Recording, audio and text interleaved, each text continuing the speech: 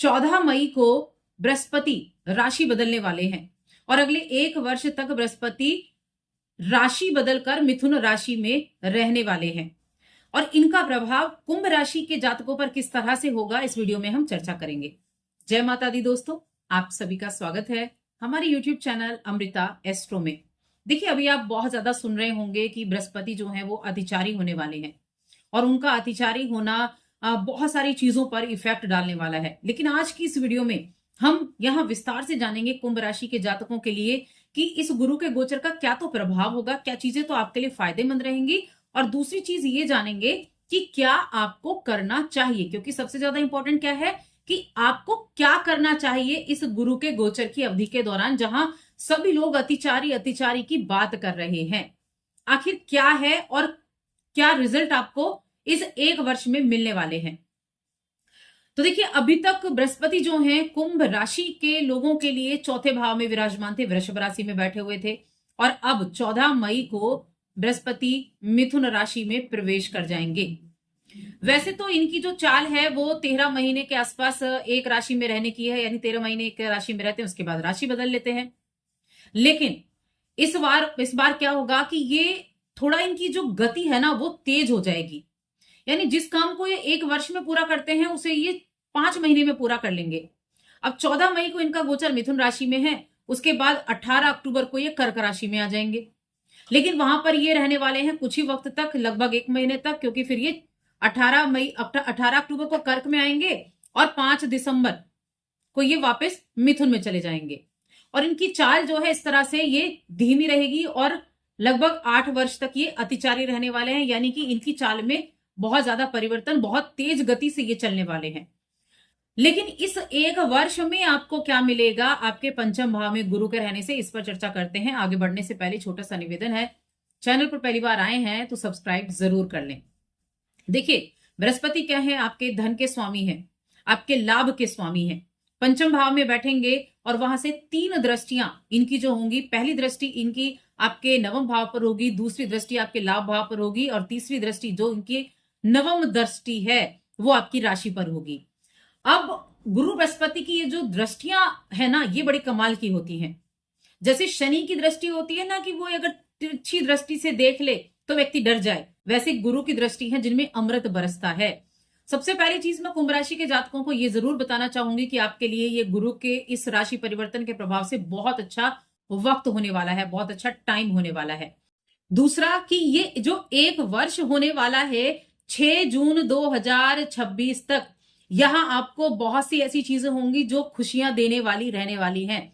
यहां विस्तार से जानते हैं जिन चीजों के कारक गुरु बृहस्पति हैं, जिन भावों के स्वामी गुरु बृहस्पति हैं और जिन भावों पर गुरु की दृष्टि जा रही है, उन सभी जगहों से, उन सभी भावों से आपको रिजल्ट प्राप्त होने वाला है। तो क्या होगा, आपका विवाह हो गया, आपका दाम्पत्य जीवन हो गया, आपका व्यापार हो गया, आपके संतान, प्रमोशन, सभी चीजों में अगर आप गुरु की पोजीशन यहां देखें, 5th में गुरु बैठेंगे। 5th आपके किस चीज का भाव है, आपके संतान का है। निसंतान दंपतियों के लिए संतान प्राप्ति का योग बनेगा। जिन लोगों के लिए विवाह नहीं हो रहा था, विवाह का योग बनेगा, क्योंकि विवाह के कारक भी बृहस्पति हैं। व्यापार के अच्छे रिजल्ट मिलने का योग बनेगा। प्रमोशन रुकी हुई थी तो प्रमोशन प्राप्त होने का योग बनेगा। आपकी जो दिनचर्या है ना वो बड़ी अच्छी दिनचर्या आपकी रहेगी। कहते हैं ना कि जब गुरु किसी चीज को देखता है, आपकी राशि पर दृष्टि डाल रहे हैं, यानी अपनी हर एक चीज पर आपका फोकस रहेगा। आप अपनी हर एक चीज को अच्छे तरीके से कर पाएंगे, लाभ प्राप्त कर पाएंगे। आपके जो 11वें भाव पर गुरु की दृष्टि है, जो कि लाभ का भाव है, नेबर्स का भाव भी है, अपने पड़ोसियों के साथ आपके संबंध अच्छे रहेंगे। साथ में आपका खर्चा अच्छी चीजों पर होगा। ऐसा नहीं कि आपका जो खर्चा है वो कुछ ही व्यर्थ में जाए, अच्छी चीजों पर खर्चा होगा, पराक्रम आपका बढ़ेगा। और ये सब क्या होगा, गुरु इन सभी चीजों को संतुलित करने का काम करेंगे। आपके जो जीवन है ना, आपकी जो दिनचर्या है, आपका जो वैवाहिक जीवन है, आपका जो बिजनेस है, उन सभी चीजों को क्या करेंगे, संतुलन करेंगे। क्योंकि गुरु की जो 3 दृष्टियां हैं ये आपकी पूरी कुंडली को संतुलित करती है। जो 3 भाव इससे एक्टिव हैं, जिन 3 भावों पर गुरु की दृष्टि है, कौन कौन सी है वो, आपका भाग्य भाव, आपका लाभ भाव और आपकी राशि। तो क्या किया उन्होंने, हर एक चीज को संतुलन करने का प्रयास किया। इसके अलावा नवम भाव को उच्च शिक्षा से जोड़कर देखा गया है, तो उच्च शिक्षा आपको प्राप्त होगी और आपका जो, अगर आप अभी एडमिशन लेना चाह रहे हैं तो आपका एडमिशन आपके मनपसंद कॉलेज में, इंस्टीट्यूट में भी हो सकता है। इसके अलावा उच्च पद की प्राप्ति होगी, विदेश जाने का मौका भी इस समय अवधि में मिल सकता है।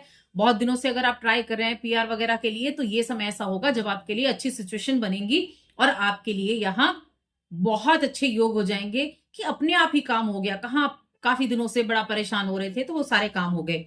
यानी आप ये कह सकते हैं कि बृहस्पति पंचम भाव में बैठकर आपको सुखों की अनुभूति, सुखों की प्राप्ति कराने वाले हैं कुंभ राशि के जातकों के लिए। तो अच्छे रिजल्ट गुरु आपको देने के लिए इस समय आए हुए हैं। अब देखिए, गुरु किस चीज के कारक हैं? गुरु आपके जो विजडम है उसके कारक हैं। गुरु भाग्य देने वाले हैं, गुरु संतान देने वाले हैं। इन सभी चीजों पर गुरु का कारक तत्व है, ज्ञान देने वाले हैं। तो इन चीजों पर आपका इन चीजों पर गुरु का प्रभाव हो गया। यहां तक कि जो प्रेम का भाव है, पंचम भाव है, प्रेम जीवन के लिहाज से भी अच्छा रहा, तो प्रेम जीवन भी अच्छा रहेगा, वैवाहिक जीवन आपका अच्छा रहेगा। तो हर एक चीज को संतुलित करते हुए दिखाई देंगे। शनि की राशि है, राहु बैठे हुए हैं आपकी राशि में, पहले भाव में। तो क्या होगा? गुरु की दृष्टि आएगी वहां। अब गुरु की दृष्टि आएगी तो कहीं ना कहीं राहु के प्रभावों में कमी होगी। अब जो नेगेटिव चीजें होंगी, वैसे तो राहु भी आपके लिए अच्छे हैं क्योंकि अपनी मूल त्रिकोण राशि में आ रहे हैं, तो ये कहा जा सकता है कि इस मई के बाद में आपके लिए चीजें बहुत अच्छे से बदलने वाली हैं। समय रहेगा जब शनि की 7.5 का तीसरा चरण हो और कहीं ना कहीं राहत मिलने वाली हो, और गुरु जैसा जो प्लैनेट है वो आपको सपोर्ट कर रहा हो। कहते हैं ना, गुरु के आशीर्वाद में बड़ी ताकत होती है। वो अपनी कुटिया को देखे ना देखे कि क्या चीजें चल रही हैं, लेकिन हाँ, जो उसके पास आया है, जहां वो दृष्टि डाल रहे हैं, उसको वो आशीर्वाद जरूर देते हैं, उसकी बिगड़ी को जरूर बनाते हैं। ये गुरु करने वाले हैं कुंभ राशि के जातकों के लिए। ये तो हो गया क्या आपको प्राप्त होने वाला है, ये सभी चीजें। अब देखिए, अतिचारी जो है, तेज गति से चलना, क्योंकि गुरु क्या कर रहे हैं कि जिस राशि से निकलकर उन्हें एक वर्ष में जाना था, वो उसी राशि से क्या करेंगे, 18 अक्टूबर को 5 महीने में निकल जाएंगे और कर्क राशि में आ जाएंगे कुछ वक्त के लिए। यानी कि अक्टूबर, नवंबर और दिसंबर, 5 दिसंबर तक वो यहां कर्क राशि में रहेंगे। कर्क राशि यानी आपका छठा भाव, वहां रहेंगे। उसके बाद फिर से वो पंचम में चले जाएंगे। तो ये जो इनका जो गोचर का कर्क राशि में समय होगा, ये क्या होगा, ये खर्चों को कंट्रोल करने का टाइम होगा। इस टाइम पीरियड में थोड़ा सावधानी रखनी है। खर्चे तो होंगे लेकिन अच्छी चीजों पर, धर्म की चीजों पर खर्चे होंगे। साथ में ये टाइम पीरियड सबसे ज्यादा होगा आपके लिए विदेश जाने के लिए। आप इस अवधि में अपनी एजुकेशन के लिए विदेश जा सकते हैं, जॉब के लिए आपको बाहर जाने का मौका मिल सकता है। टाइम कौन सा बताया मैंने? 18 अक्टूबर से 5 दिसंबर तक का सबसे ज्यादा एक्सपोर्ट इंपोर्ट के काम करने वाले जातकों के लिए बहुत अच्छा रहेगा। इसके अलावा यहां से देखिए, दृष्टियां भी बदल जाएंगी, तो कुटुंब के साथ अच्छे रिलेशन आपके बनते हुए दिखाई देंगे। धन की प्राप्ति आपके लिए बहुत अच्छी होती हुई दिखाई देगी। कर्म पर दृष्टि जाएगी, कर्म पर दृष्टि जाएगी यानी करियर के भाव पर दृष्टि जाएगी, तो करियर भी आपका अच्छा ग्रो करने वाला रहेगा। तो ये गुरु का गोचर ओवरऑल अगले एक वर्ष तक, 6 जून तक आपको बहुत अच्छे रिजल्ट देने वाला है। तो इस समय उसका लाभ उठाएं। क्या कर सकते हैं और कैसे उसके प्योरली मैं कहूंगी कि गुरु की कंडीशन चाहे आपकी कुंडली में कहीं भी है, लेकिन इस गोचर का लाभ आप कैसे प्राप्त कर सकते हैं, कुछ ऐसी रेमेडी मैं आपको जरूर बताने वाली हूं। सुंदरकांड का पाठ करें। सुंदरकांड का पाठ एक बार में करना थोड़ा बहुत ज्यादा टाइम गेनिंग हो जाता है, टाइम बहुत ज्यादा ले लेते हैं। तो डेली आप 1 पेज या 2 पेज आप पढ़ें, ऐसे करें। ऐसा नहीं कि आपको एक ही दिन में करना है। सुंदरकांड की आप पुस्तक खोलें और उसको खोलने के बाद में 1 पेज पढ़ लें या 2 पेज पढ़ लें अपनी इच्छा अनुसार, लेकिन 1 पेज तो होना ही होना चाहिए। डेली आप पढ़ें, ऐसा नहीं है कि दिन में कंप्लीट करना है। एक तो काम हो गया ये। दूसरा, अपने नहाने के पानी में, स्नान के पानी में थोड़ा सा गंगा जल जरूर डालें। कोई भी पवित्र नदी का जो जल है उसको डालें और पूरे वर्ष भर स्नान करें। सिर्फ मैंने 2 उपाय आपको बताए हैं, ये 2 उपाय आपके लिए बहुत उपयुक्त हैं इस गुरु के गोचर के साथ ही। क्योंकि देखिए, सुंदरकांड आपके लिए जो शनि की 7.5 उसमें भी काम करेगा सुंदरकांड, तो इसलिए मैंने ये उपाय बताया है। डेली 1 पेज पढ़ना शुरू करें, इसको कंटिन्यू करें पूरे वर्ष भर। 1 पेज पढ़ना और गंगा जल डाल के स्नान करना, और जब मौका मिले तो रामचरितमानस का भी 1 पेज पढ़िया करें जब मौका मिले तब। तो ये उपाय ऐसे हैं जो गुरु और शनि दोनों के लिए आपके लिए काम करेंगे, और यकीन मानिए 100% आपको उसका रिजल्ट देखने को जरूर मिलने वाला है।